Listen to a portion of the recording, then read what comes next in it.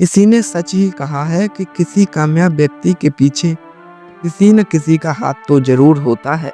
नमस्कार दोस्तों, आइए मैं आपको एक इसी विषय में छोटी सी कहानी सुनाता हूँ। यह कहानी बड़ी ही मोटिवेशनल और बड़ी ही शिक्षाप्रद है। कृपया इस कहानी को बीच में छोड़ कर के न जाएं, बल्कि इस कहानी को पूरा ही सुनें। दर्शक बंधु, एक कामयाब व्यक्ति कैसे बना और उसके पीछे एक छोटी सी चींटी का हाथ कैसे था, आइए समझते हैं। दर्शकों, एक बार की बात है।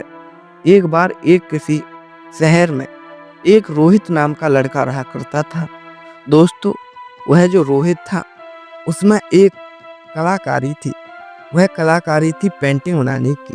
दोस्तों, कहते हैं किसी न किसी में तो कुछ न कुछ हुनर जरूर होता है। तो ऐसे ही उस रोहित में पेंटिंग बनाने का हुनर था। लेकिन दोस्तों, उसका मन तो पेंटिंग बनाने में लगता था, लेकिन वह उस पेंटिंग को अच्छे से नहीं बना पाता था। रोहित कोई भी काम को लगातार नहीं करता था। यदि वह कोई भी पेंटिंग बनाता, तो यदि उससे वह पेंटिंग गलत हो जाती, तो वह 1-2 महीने के लिए उस पेंटिंग को छोड़ देता और 1-2 महीना बीतने के बाद में फिर से वह उसी काम को स्टार्ट करता था। वह कोई भी काम मन से और लगन से नहीं करता था। दोस्तों, अब उसकी जिंदगी में क्या होता है।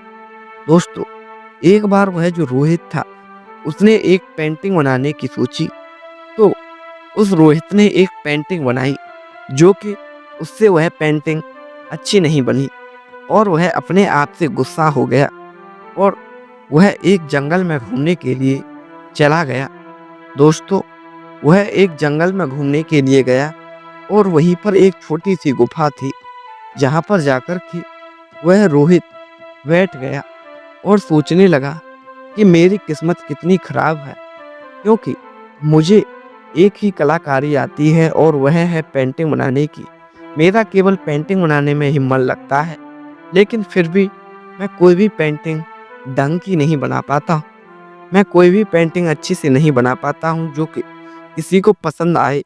दोस्तों, उस रोहित के अंदर एक ही कमी थी, वह यह थी कि वह यदि कोई भी पेंटिंग बनाता और वह उससे नहीं बनती, तो वह उस काम को छोड़ देता था। 1-2 महीने बाद फिर से वह उस काम को करता था। वह लगातार किसी भी काम को नहीं करना चाहता था। वह जैसे ही उस गुफा में बैठा ही हुआ था रोहित, तब तक वहीं से एक चींटी आ गई और वह जो चींटी थी वह उस दीवार पर चढ़ने लगी। दोस्तों, रोहित की नज़र उस चींटी पर पड़ी तो उसने देखा कि यह चींटी इस दीवार पर क्यों चढ़ रही है। दोस्तों, वह दीवार जो थी वह थोड़ी लंबी सी थी। रोहित ने सोचा कि यह छोटी सी चींटी क्यों इतनी मेहनत कर रही है, यह वैसे भी इस दीवार पर नहीं चढ़ पाएगी। दोस्तों, रोहित यह सब सोच रहा था, लेकिन जो चींटी थी वह उस दीवार पर चढ़ने की कोशिश कर रही थी। वह बार बार उस दीवार पर चढ़ती गिर जाती, चढ़ती गिर जाती। रोहित ने सोचा कि यह चींटी क्यों इतनी मेहनत कर रही है, इसको इस दीवार पर नहीं चढ़ना चाहिए। दोस्तों, थोड़ी देर बाद उस रोहित ने जैसे ही उस चींटी की तरफ निगाह उठाकर देखा, तो उसने क्या देखा कि वह चींटी उस दीवार पर चढ़ चुकी थी। दोस्तों, जैसे ही रोहित ने यह सब देखा, तो वह हैरान रह गया और सोचने लगा, अरे इस छोटी सी चींटी यह कैसे इस दीवार पर चढ़ गई, यह तो बड़ी लंबी दीवार है, इस पर यह चींटी कैसे चढ़ गई।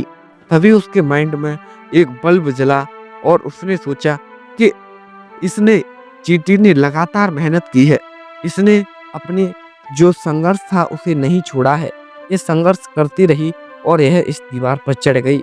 यदि यह अपनी आस को छोड़ देती, सोचती कि मैं इस दीवार पर नहीं चढ़ पाऊंगी, तो वह इस दीवार पर नहीं चढ़ पाती।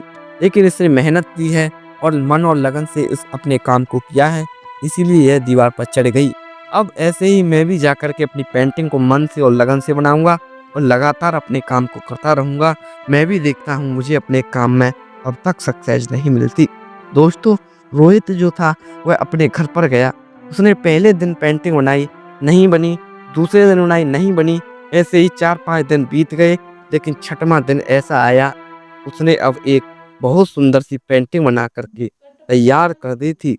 दोस्तों, अब जैसे ही उसने उस पेंटिंग को बनाया तो उसकी खुशी का कोई ठिकाना ना रहा और वह सोचने लगा कि उस चींटी की वजह से मेरी ज़िंदगी में एक नया बदलाव आया है।